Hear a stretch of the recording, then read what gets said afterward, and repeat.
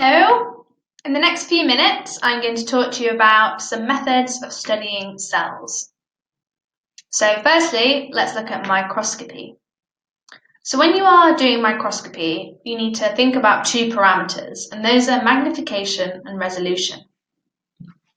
Magnification is the process of enlarging an object in appearance.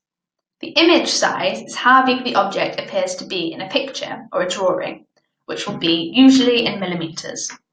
The actual size is often given in micrometers, and so you have to convert the units so they are the same if you're doing any calculations.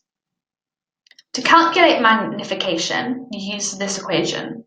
So magnification equals the size of the image divided by the size of the real object. So I'll repeat that. Magnification is image size divided by object size. Resolution is the ability of a microscope to distinguish between two adjacent structures as separate. The higher the resolution, the better clarity and detail of the image. So if you have a higher resolution, two objects which are really close together, you'll be able to see them as separate. But if you had a lower resolution, they might look like they were merged together. There are two main types of microscopes, and those are light microscopes and electron microscopes.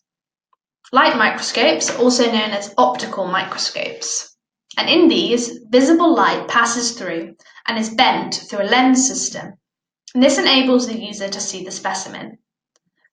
When you use these microscopes, you can use live specimens, so you can view processes in action. Individual cells are generally transparent and their components are not distinguishable unless they are coloured with special stains, and staining will usually kill the cells.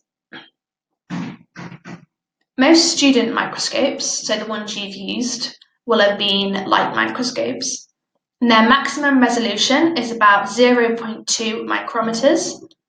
Generally, you can see the nucleus and the mitochondria with these microscopes, and the maximum magnification is about times 1,500. Electron microscopes use a beam of electrons instead of a beam of light, and this allows higher magnification and higher resolving power, and this means that more detail can be seen. Electron microscopes resolve to a much higher power, so the maximum resolution is around 0.0002 micrometers. And so this is about 1,000 times more than a light microscope. And the maximum magnification is about 1.5 million, so times 1.5 million. So they have better magnification and resolution. And there are two main types of electron microscope that you need to know about: the transmission and scanning electron microscopes. So a transmission electron microscope, which you might see written as a TEM, in this, the electron beam penetrates the cell and provides details of a cell's internal structures. The TEM uses electromagnets to focus the electron beam, and these are high-resolution microscopes. If you're using a thin specimen, you can see the internal structures of organelles, such as chloroplasts. In a scanning electron microscope, which you'll see written as SEM, a beam of electrons moves back and forth across a cell's surface. So this creates details of the cell surface characteristics.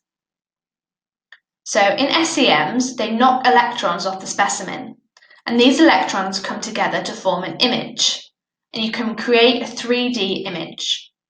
So the specimens don't have to be thin, like you use with a transmission electron microscope, but there's a lower resolution than the TEM. And that sums up how to study cells for you. So you've got the light microscopes and the electron microscopes. And when you're looking at these, always think about the magnification and the resolution.